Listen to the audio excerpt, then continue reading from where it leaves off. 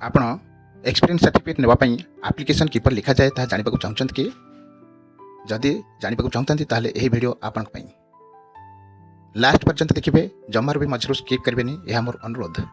ତ ଆରମ୍ଭ କରିବା। To the manager, company name जो कंपनी तुम चाकरी कर, सिटी जो सिटी से कंपनी अवस्थित बा place. Okay, next subject line रे application for experience certificate, simply अनुभूति सर्टिफिकेट मोर दरकार। रेस्पेक्टेड सर, जब सर थे सर लिखो, मैडम थे मैडम लिखिकी कमाटी कंपलसरी दब। I respectfully request you to issue my experience certificate. मु विनम्रतार सहित आपको अनुरोध करुच्ची कि मोर एक्सपीरियंस सर्टिफिकेट इशू करंतु। तापर कौन, I worked in your company आज योर डेजिग्नेशन। मु आपन कंपनी रे ई पोस्ट रे फ्रॉम एतिकी तारीख रु एतिकी तारीख पर्यंत काम करथिली।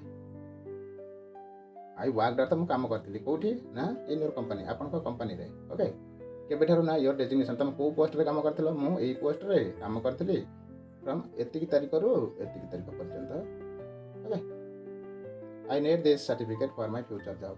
मु फ्यूचर जॉब पई यदि फ्यूचर रे किसी जॉब अपॉर्चुनिटीज बा सुविधा किसी मिले से मोर एटा एक्सपीरियंस सर्टिफिकेट काम लगबो कि अन्य कोनसी ऑफिशियल पर्पस पई। ओके, बोले माने एया।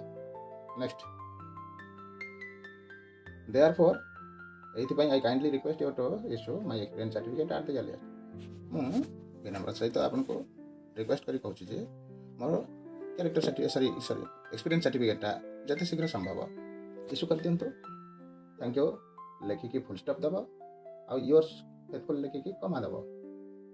नेक्स्ट, तातरको तुमर ना, तातरको तुमर एम्प्लॉय आईडी, तातरको तुमर कांटेक्ट नंबर दब, तातरको डेट पकेबो जो दिन एप्लिकेशन लेखुछ। एही प्रकार एप्लिकेशन लेख पिले माने सब दृष्टि ऑल राउंड डेवलपमेंट हबो, बुझला? राइली नेक्स्ट वीडियो आसंता काले आसीबो, से पई वेट करथांतो। वीडियो भल लागुतले गोटे लाइक करंतु, संग माने साथे शेयर करंतु एवं चैनल सब्सक्राइब करी बेल आइकन को दबाई दियंतु। Okay, good bye, take care, जय जगन्नाथ, वंदे मातरम।